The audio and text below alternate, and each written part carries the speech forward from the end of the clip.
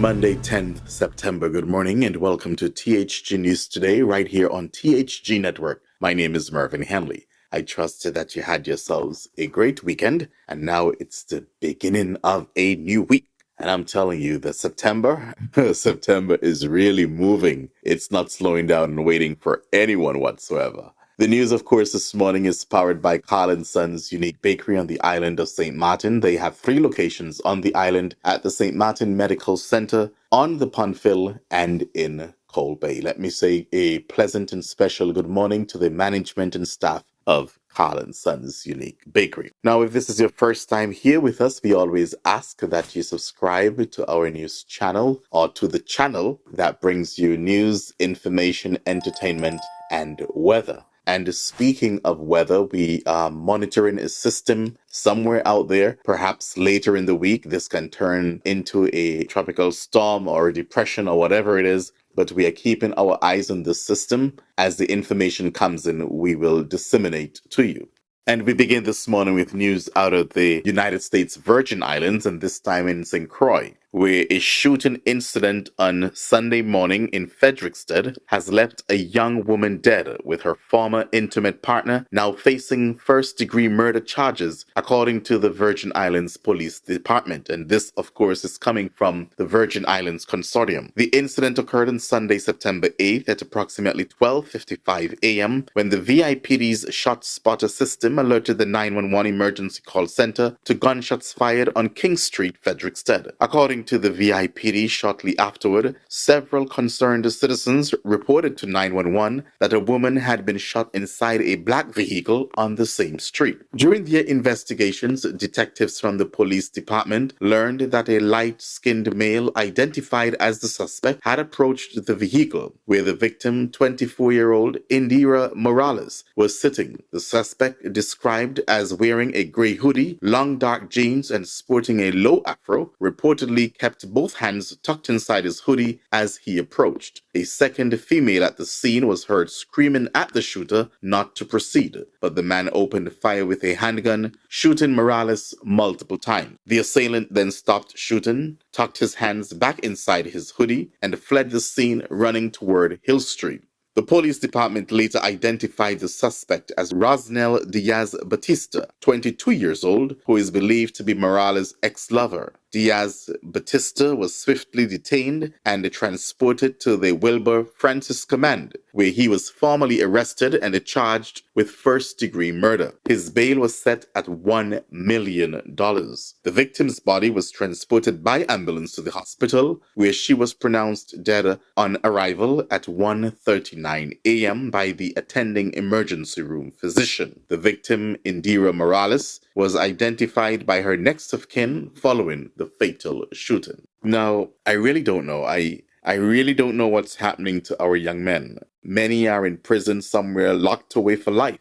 That's their life now. And most of these cases, they have to do with gun violence. I mean, why is it that our young men, especially, think that to solve a problem is to pull a gun on someone? I don't get that. That is one of the most cowardly acts. It does not make you strong. It shows that you're a weak-minded individual, a weak bully, who perhaps, I know some of them or most of them, they need help. They need help. And you know, as I speak to you, something comes to mind here. There is this movie out in theaters right now. It's called The Forge, Forge. And I encourage our young people, especially our young men, if you're listening to this program at this time, to go out and watch this movie. And parents, encourage your young children, your children rather, to go out and watch this movie. Go with them. And I can assure you that your hearts will be blessed. It's a faith-based movie, and it will inspire and motivate you to be a better person. I truly believe that. In a nutshell, the movie is about a lost and bitter recent high school graduate. I think his name is Isaiah, if I'm not mistaken, wandering through life without focus or prospect or faith. And then, of course, he stumbles his way into a life-changing Christian mentorship. And just looking at that movie, I just reflected on so many of our young men. They need mentorship. They're just lost. Instead of thinking that the first thing to resolve something is a gun. I simply don't get that. So again, the movie is called The Forge, so be sure to go out and watch it at the theaters. Now, we turn to Venezuela. Edmund Gonzalez, He was allowed to leave for the sake of the tranquility and political peace of the country, according to Venezuelan Vice President Delcy Rodriguez said. The man, considered by many the real winner of the recent election in Venezuela, has fled the country and been granted asylum in Spain. Spain's foreign ministry announced on Sunday that opposition candidate Edmund Gonzalez had left Venezuela in a Spanish Air Force plane. Gonzalez stood against the Venezuelan President Nicolas Maduro in the presidential election in July. The left-wing strongman, who has ruled the country since 2013 after the death of Hugo Chavez, declared himself the winner in the contested election. However, the country's opposition has been able to collect a majority of voter tallies in the aftermath of the polls, with results showing Gonzalez beating Maduro by a handy margin. The government of Spain reiterates its commitment to the political rights and physical integrity of all Venezuelans, especially political leaders, Spain's foreign ministry said in its statement on Sunday. A Venezuelan judge last Monday issued an arrest warrant for the 75-year-old Gonzalez, but Vice President Delcy Rodriguez said that the opposition leader had been granted safe passage out of the South American nation for the sake of the tranquility and political peace of the country. Maduro has overseen a dramatic decline in the economic fortunes of the oil-rich state, with petroleum production at a fraction of where it was in the past. The number of refugees seeking to flee the country and escape poverty, meanwhile, has exploded in recent years. The recent reappointment of the government, meanwhile, has been roundly condemned, while the vote results have been recognized by other autocratic states, including Russia, China, and Cuba. So the man who won the election,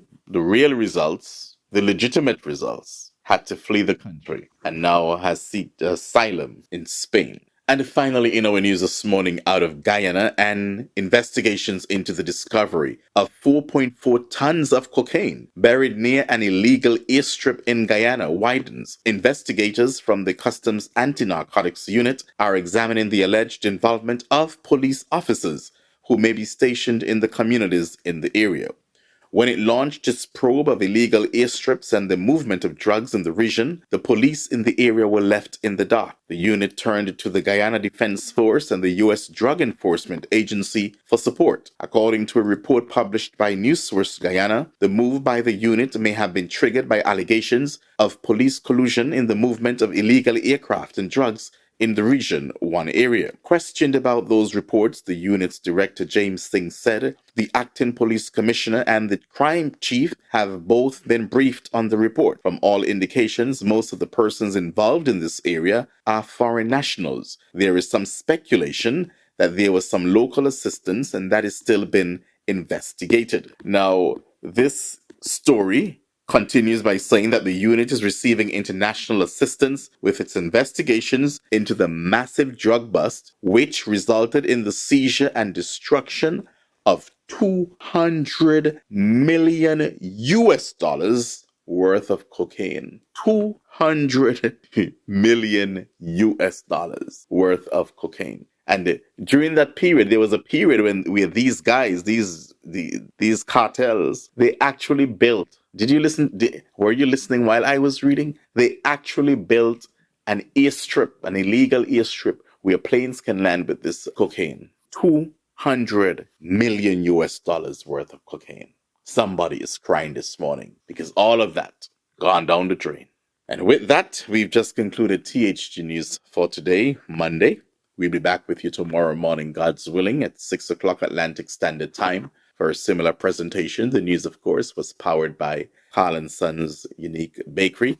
Of course, all eyes are on the U.S. presidential elections and, of course, the debate, the big debate tomorrow night at 9 o'clock Eastern. Yeah, the big debate between Kamala Harris and, what's his name, Donald Trump. That's tomorrow night. I know all eyes will be fixed on television sets and online screens because this will be the debate of the century, bigger than Super Bowl, bigger than anything. And this will determine most likely the winner of this debate. They'll go on to win the next election. All bets, my bets, are on, of course, Vice President Harris.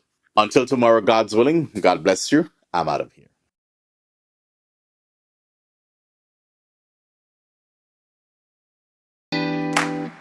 Sons have been serving the people of St. Martin for over 40 years. And the food and service get better and better. From early morning, customers flock to the bakery for their favorite sandwiches, cakes, pastries, you name it. First thing at mornings and last thing at afternoons, folks rush to Sons for simply the best. There are 2 locations, Colbay and on the Punfill. In Colbay, the opening hours are Monday to Friday from 6 a.m. to 6 p.m. On Saturdays, 6 a.m. to 5 p.m. And on Sundays, 6:30 a.m. to 10:30 a.m. and 2 p.m. to 5 p.m. Opening hours on the Punfill, Monday to Friday, 6:30 a.m. to 6 p.m. Saturday and Sunday, 6:30 a.m. to 1 p.m. We also cater for weddings, parties, special events, whatever the occasion. It's Sons. Our staff, we are always happy to serve you. Call us today, the Colbay location, 721-544-2462. That's 721-544-2462. Or in Phillipsburg, 721-543-1059. That's 721-543-1059. It's Sons Bakery. We are here to serve you.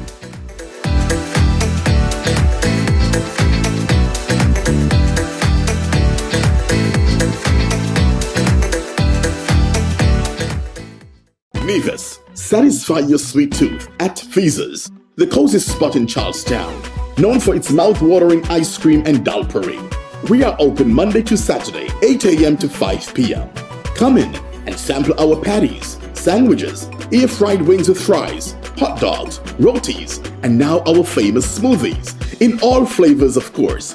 And don't forget to try the famous bus-up shut and saltfish. It's Feaser's, located at the entrance to the Cotton Ginnery Mall in Charlestown, Nevis. They're also available by phone, so place your order by calling 1-869-665-2458. Don't ask about the rest, just try the best.